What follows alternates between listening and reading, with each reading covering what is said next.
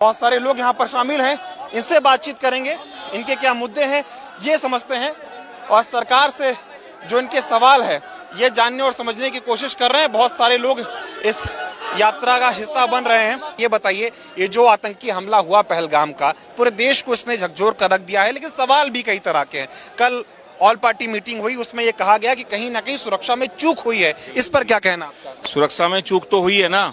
जब सरकार इतने बड़े बड़े वादे करती है, इतने बड़े बड़े बातें करते हैं, हमारे मोदी जी 56 इंच के सीने की बात करते हैं, तो आज उनका 56 इंच का सीना कहाँ चला गया?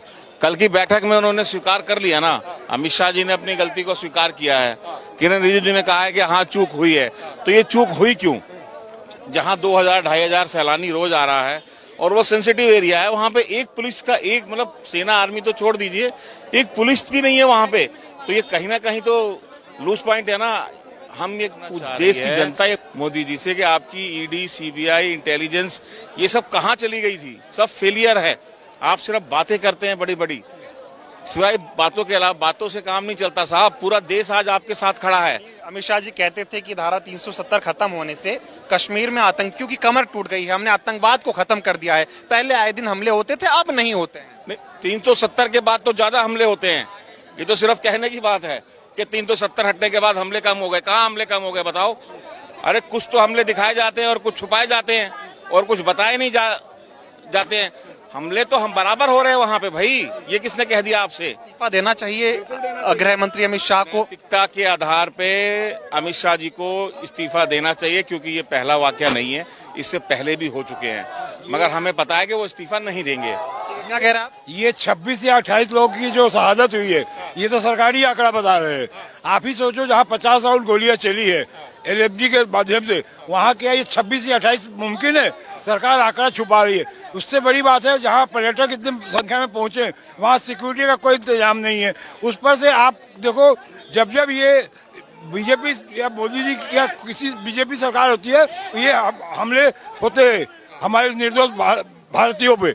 और अभी ये क्या, इसको हिंदू मुसलमान में बांटने का घृणित प्रयास कर रहे हैं, जो कि सबसे शर्मनाक और अफसोस है। इस मुद्दे को एकदम हिंदू मुस्लिम का रंग दिया जा रहा है। ये बिल्कुल आप ये साफ दिख रहा है। आप देख लीजिए सोशल मीडिया में वायरल वीडियोस, ये साफ दर्शा रहे हैं। कल भी एक वीडियो आया है जिसमें साफ दिखाया जा रहा है कि हिंदू मुसलमान करके आगे ये वोट मांगने की मोदी जी तैयारी कर रहे हैं। बिहार के चुनाव में क्या वजह था, जब आप वहाँ का सऊदी अरेबिया का आपने टूर कैंसिल करके आप बिहार मतलब दिल्ली आ गए, आकर के आपने कल सर्वदलीय बैठक हुई, तो सर्वदलीय बैठक में प्रधानमंत्री का अनुपस्थिति बहुत सारे सवाल खड़े करते हैं। आपको बिहार जाना जरूरी था। ट्रिप को कैंसिल करके वापस आ सकते हैं, तो बिहार का दौरा भी कैंसिल हो सकता है। बिहार सुनिए, जब वहां से वो चले तो ये कह के आएगा मुझे बहुत शौक है, मेरे देश में एक बहुत बड़ा आतंकी हमला हुआ है।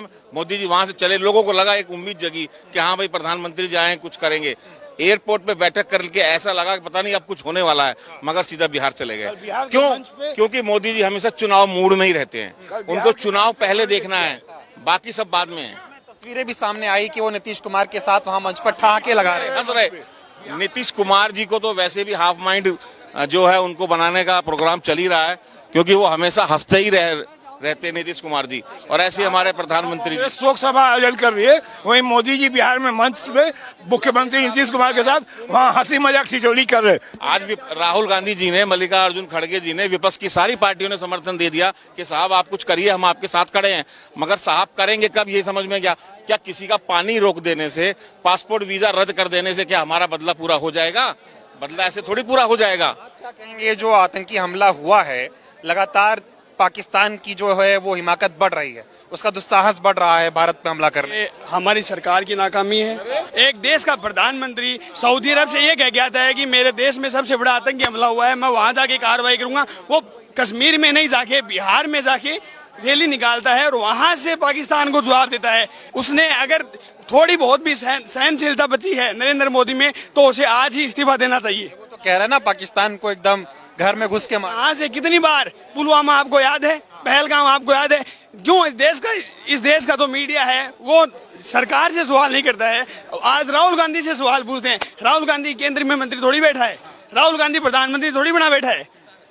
सरकार ने भी माना है कि इसमें सुरक्षा में चूक हुई है, लेकिन सुरक्षा में चूक कैसे हो गई? अमित शाह तो कहते थे कि अब पाकिस्तान की हिम्मत नहीं है, आतंकवाद की हमने कमर तोड़ दी है, दावे भरते। राजस्थान में अभी सीएम बद्रीलाल को एक एनएसए की कार्यकर्ता ने सिर्फ काला कपड़ा दिखाया था, उसको पकड़ने के लिए 70 गाड़ियां लगी पड़ी है सीकर जिले के अंदर पुलिस की, और 26 लोगों को मार दिया जाता है उस जगह पे जहां हमें पता रहता है कि पहले से यहाँ आतंकवादी हमला हो सकता है। उसके बावजूद वहां पे एक भी सुरक्षा कर्मी का नहीं होना, इसका पूरी जिम्मेदार बीजेपी सरकार है। पहलगाम में आतंकी हमला हुआ, नरेंद्र मोदी बिहार की रैली से पाकिस्तान को कड़ा संदेश दे रहे हैं, कह रहे हैं आप छोड़ेंगे नहीं, अभी हिमाकत मत करना ऐसा कुछ करने की। क्या चुनावी रैलियों से पाकिस्तान को डराएंगे आप? अगर मोदी जी आप देश के प्रधानमंत्री हैं, सर्वदलीय बैठक इतनी महत्वपूर्ण बैठक होती है, आज से पहले भी सर्वदलीय बैठक जब हुई है तो देश के प्रधानमंत्रियों ने सभी पक्षों के लोगों से मिलकर एकजुटता के साथ ये निवेदन भी किया हमेशा कि आप सब एक साथ आइए देश के मुद्दों पे, और हमेशा सर्वदलीय बैठक में इस देश की ये मैं कहूंगी एकता एकजुटता ही है कि हमेशा देश के मुद्दों को सर्वोपरि हमारे देश का हर फ्रंट रखता है। हर पॉलिटिकल पार्टी देश को सर्वोपरि मान के एकजुट होती है। पर मोदी जी आप तो उस सर्वदलीय बैठक का हिस्सा ही नहीं थे। सारे लोगों ने आपसे अपील करी, कल सुबह से लेके मैं ट्विटर पे भी देख रही थी, ट्रेंड चल रहा था। मोदी जी आपने एक पूरे देश की आवाज को सुनने का काम नहीं किया। आज पूरे देश में गुस्सा है इस बात को लेके, कहीं ना कहीं हर युवा के मन में ये बात है कि मोदी जी आप बिहार गए थे ना, बिहार के बच्चे तो रोजगार से तड़प रहे थे, अगर जाना था तो पहले जाते ना, आपकी सरकार थी ना, आपकी। नीतीश कुमार के साथ हंस रहे हैं और जो परिवार जो जिनके अपने शहीद हुए हैं, जिनको गोलियों से भूना गया है, वो रो रहे हैं और प्रधानमंत्री हंस रहा है। देश की बहन बेटियां खून के आंसू रो रही हैं, चाहे पुलवामा हो, हमारी बहन बेटियां कैसे रोई पूरे देश ने देखा। मैं तो उत्तराखंड से आती हूँ, दो हमारे मेजर की शहादत वहां से हुई है, मैं उनको भी श्रद्धासुमन अर्पित करती हूँ। और आज फिर हमारे जो पहलगाम है 29 भाई इस देश के देशवासी, हमारे अपने भाई, आपके अपने भाई शहीद हो गए हैं।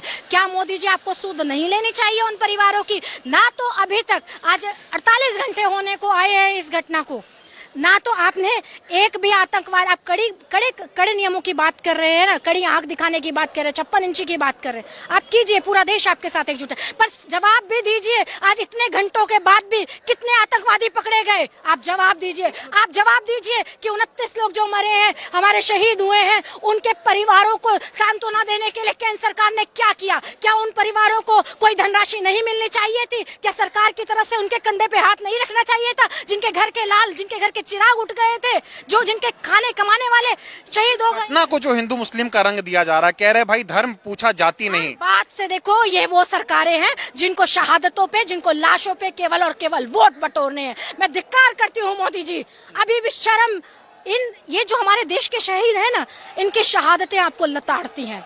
शर्म कीजिए, अभी भी समय है, जाग जाइए, न्याय कीजिए। एक शब्द होता है न्याय, इसकी गंभीरता को समझिए।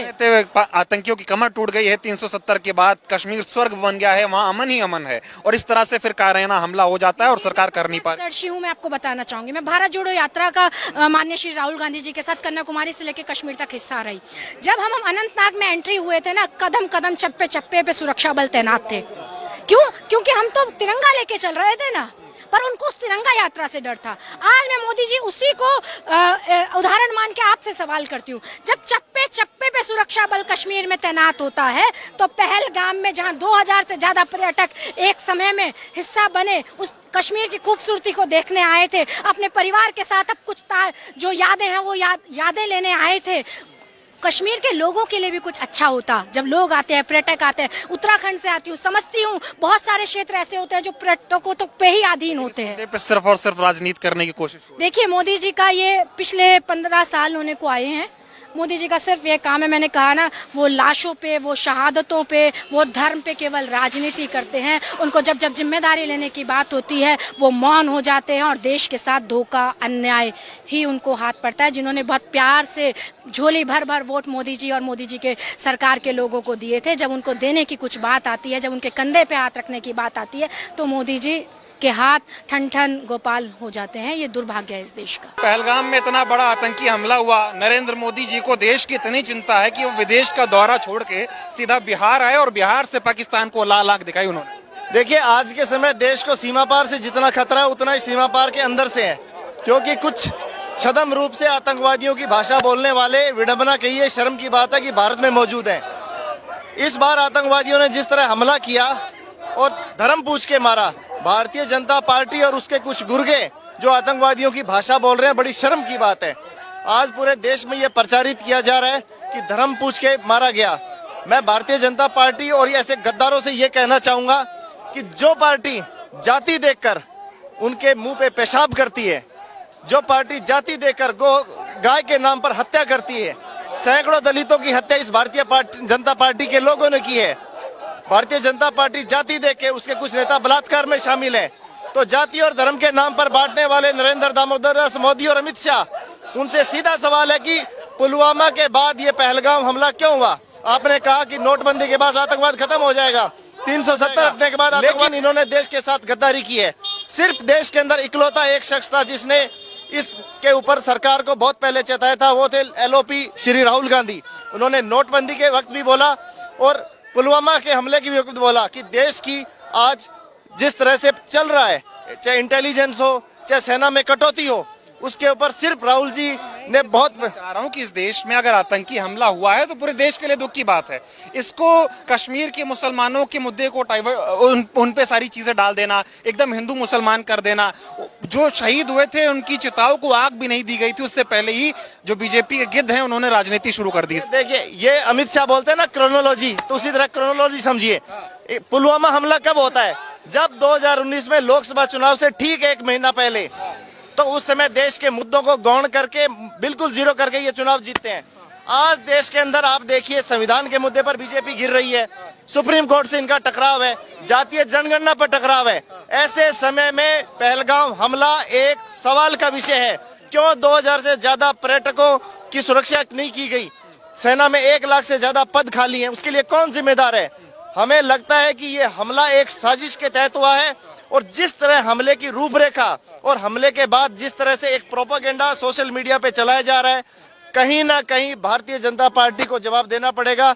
और देश की हर जनता जानती है कि इस तरह की हरकतें कौन कर सकता है। अमित शाह तो कहते थे कमर टूट गई है, पाकिस्तान की अब हिम्मत नहीं है, आतंकवाद का खात्मा हो चुका है, कश्मीर स्वर्ग बन गया फिर से। देखिए, बिना बुलाए आम खाने जाने वाले पार्टी के ये लोग भाजपाई, इनके तो इतिहास उठाएंगे तो इनके तो खून में गद्दारी है। अमित शाह सीधा जवाब दे कि इसका जिम्मेदार कौन है। 3 लोग जिम्मेदार है, चाहे अमित शाह हो, देश के प्रधानमंत्री और राष्ट्रीय सुरक्षाकार अजीत। ठाके लगा रहे, क्या कहेंगे?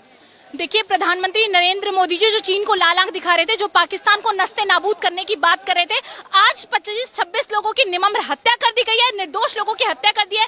मोदी जी कह रहे थे कि धारा 370 हटा दी गई है। आप जाइए कश्मीर में जाकर रहिए। मैं पूछती हूँ, गृह मंत्री अमित शाह जी वहाँ घर लेकर रहेंगे? आज जो 27 लोगों की हत्या हुई है, क्या उसके बाद कोई कश्मीर जाएगा? मैं तो नहीं जाऊंगी। मुझे अपनी सुरक्षा की टेंशन है, क्योंकि मेरे पास कंगना रनावत की तरह Z+ सिक्योरिटी नहीं है, मेरे पास बाबा रामदेव की तरह Z+ सिक्योरिटी नहीं है, मेरे पास नरेंद्र मोदी जी उनकी कैबिनेट की तरह सिक्योरिटी नहीं है। तो हम तो नहीं जाएंगे तो कश्मीर कौन जाएगा? नरेंद्र मोदी जी से मैं पूछती हूँ, इतने लोगों की हत्या हो चुकी है, देश के अंदर शौक मना रहे हैं लोग, और नरेंद्र मोदी जी बैठकर बिहार के अंदर चुनावी रैली करें। वो रैली कैंसिल की जा सकती थी, लेकिन मोदी जी ने नहीं की, क्योंकि उनके लिए चुनाव वोट ज्यादा जरूरी है। बैठकर मंच पर नीतीश कुमार जी के साथ ठाके लगा के प्रधानमंत्री जी को, मुझे शर्म आती है कि हमारे देश का प्रधानमंत्री ऐसा है जो कहता है कि मैं बिहार में खड़े होकर कश्मीर से जो आवाज जा रही है पाकिस्तान तक, उनको ललकारा हूं। साउंड इतनी तेज मोदी जी ट्रेवल नहीं करता है जितनी तेज आप समझते हैं। कश्मीर जाकर के संदेश देते देश को कि पाकिस्तान को पूरे देश के नक्शे से नस्ते नाबूद कर दिया जाएगा। पर सवाल यह है कि 2 घंटे तक जहां चप्पे चप्पे हम भारत जोड़ो यात्रा में राहुल जी के साथ चले, हमने देखा है कि चप्पे चप्पे पर सीआरपीएफ तैनात है, तो 2 घंटे तक लोग रोते रहे। ना वहाँ सुरक्षा शिविर का इंतजाम, ना वहाँ पुलिसकर्मी, ना वहाँ सुरक्षा कर्मी। वहाँ के स्थानीय मुसलमान जो आज एजेंडा फैला रही है ना मेन स्ट्रीम, वहाँ के स्थानीय मुसलमानों ने उनको सपोर्ट किया, कंधे पर बिठा बिठाकर अपनी जान गंवा दी।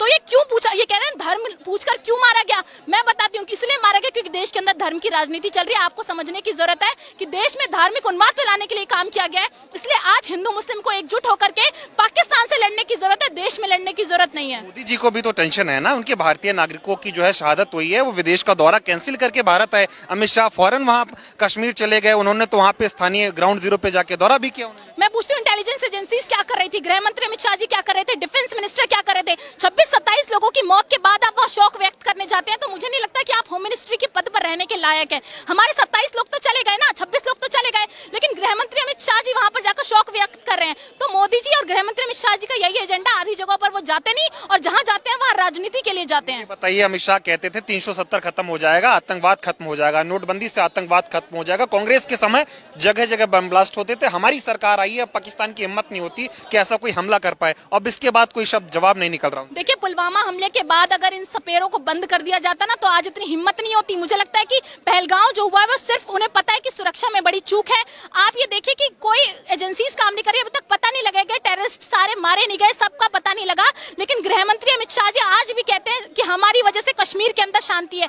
जिस शांति अमन चैन की आप बात कर रहे थे ना, उस कश्मीर में आज के बाद कोई पर्यटक नहीं जाएगा, वहां लोगों का बिजनेस ठप हो जाएगा, वहां के लोग क्या काम करेंगे। तो कश्मीर एक सबसे सेंसिटिव जगह है जहां पर पुलिस बल ना मौजूद होना सबसे बड़ा फेलियर है सरकार। शाह की विफलता मान रही हैं आप जो हुआ? बिल्कुल, होम मिनिस्ट्री रिस्पॉन्सिबल है इसके लिए। आज किरण रिजिजू रिस्पॉन्सिबिलिटी ले रहे हैं, पर 27 लोगों की जिनकी मौतें हो गई, उनके परिवार के प्रति संवेदना कहाँ है? आप रैली में बिजी है ना, वो हिंदू थे, सरकार कह रही है, बीजेपी वाले कह रहे हैं कि हम बदला लेंगे। अगर वो हिंदू थे तो वो हिंदू बचने चाहिए थे। आप कहते हैं ना कि देश में हिंदू खतरे में है, तो वो 27-26 हिंदू क्यों नहीं बचाएगा नरेंद्र मोदी जी से? उनके मरने के बाद आप क्यों शौक व्यक्त कर रहे हैं? आप ये बताइए कि आपकी पुलिस कहाँ थी, आपकी होम मिनिस्ट्री, पूरी डिफेंस मिनिस्ट्री कहाँ थी उस वक्त जब ये सब